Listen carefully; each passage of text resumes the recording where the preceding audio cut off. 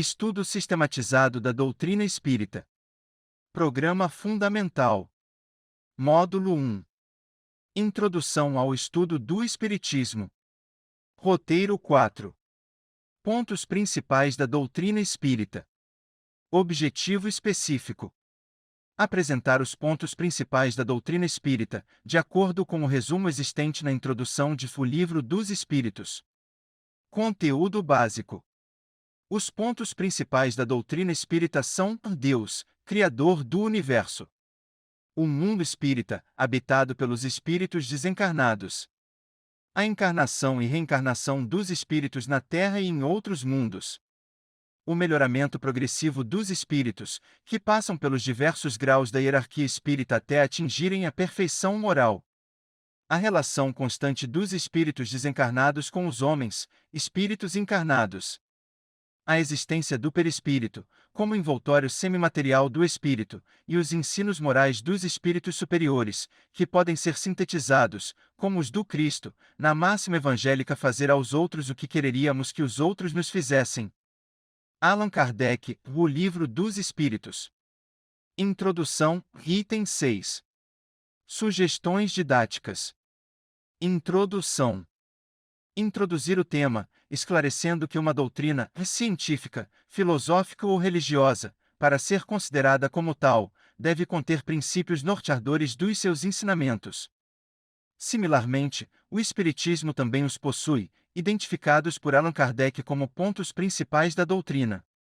Acrescentar que, tendo como base esses pontos principais, Allan Kardec codificou a doutrina transmitida pelos espíritos superiores, no século XIX. Desenvolvimento.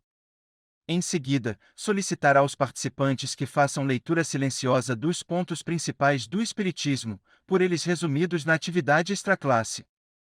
Aproveitar o período de tempo da leitura para fixar, no mural da sala de aula, 3 folhas de papel pardo.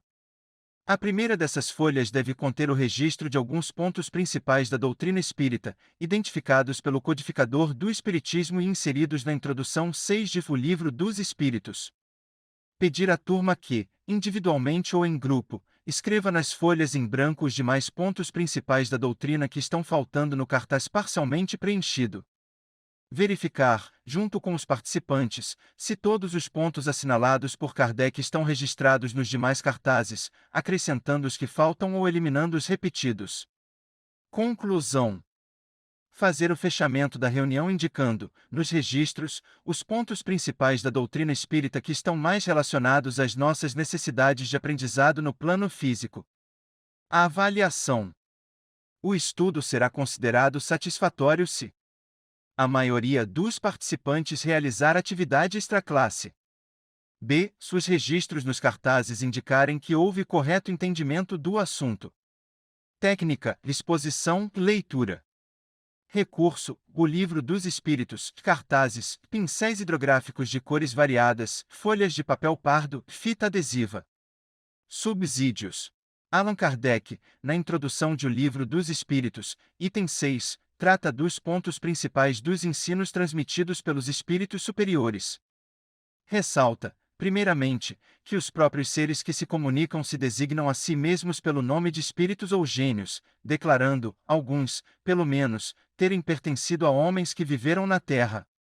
Eles compõem um mundo espiritual, como nós constituímos o mundo corporal durante a vida terrena.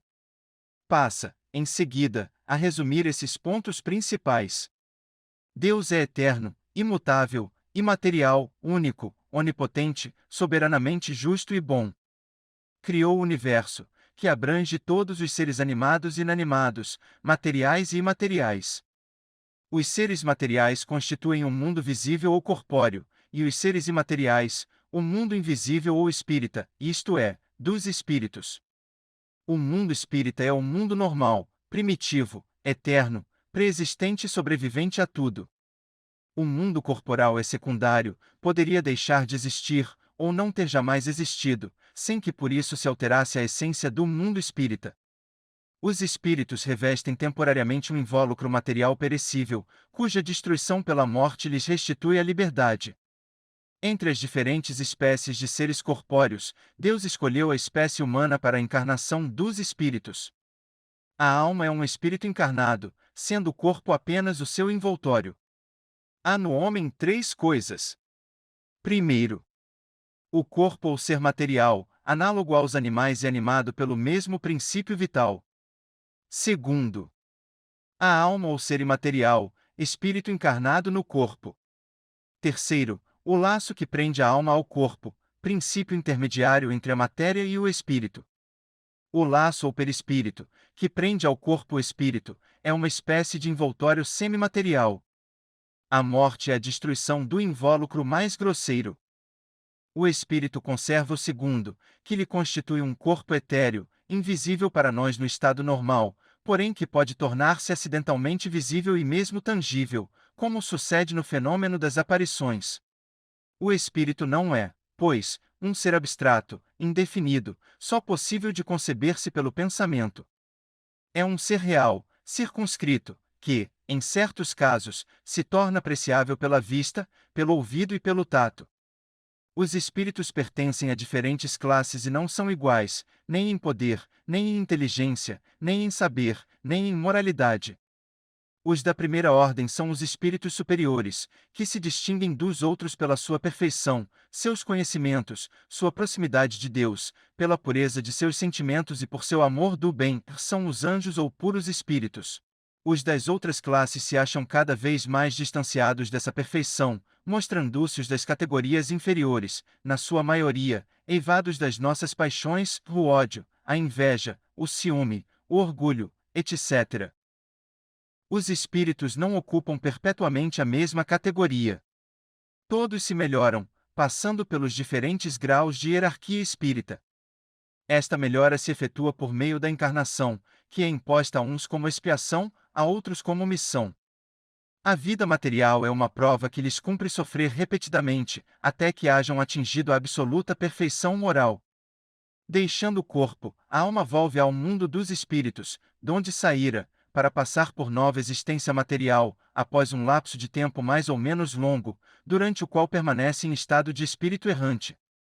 Tendo o espírito que passar por muitas encarnações, segue-se que todos nós temos tido muitas existências e que teremos ainda outras, mais ou menos aperfeiçoadas, quer na Terra, quer em outros mundos.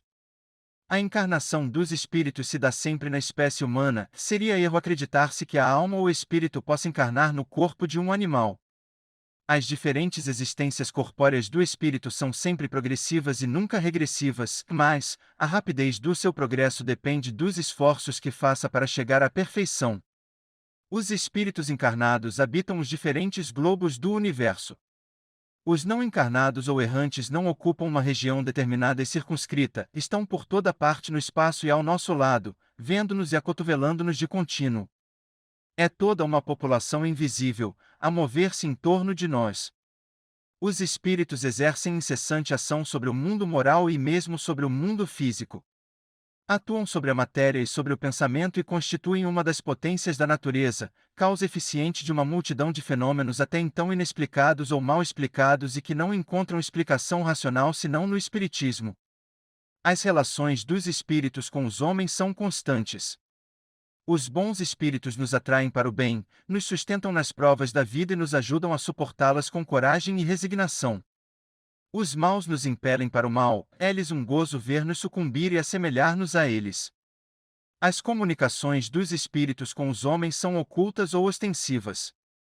As ocultas se verificam pela influência boa ou má que exercem sobre nós, a nossa revelia. Cabe ao nosso juízo discernir as boas das más inspirações. Os espíritos se manifestam espontaneamente ou mediante evocação. Os espíritos são atraídos na razão da simpatia que lhes inspira a natureza moral do meio que os evoca. Os espíritos superiores se comprazem nas reuniões sérias, onde predominam o amor do bem e o desejo sincero, por parte dos que as compõem, de se instruírem e melhorarem. A presença deles afasta os espíritos inferiores que, inversamente, encontram livre acesso e podem obrar com toda a liberdade entre pessoas frívolas ou impelidas unicamente pela curiosidade e onde quer que existam maus instintos.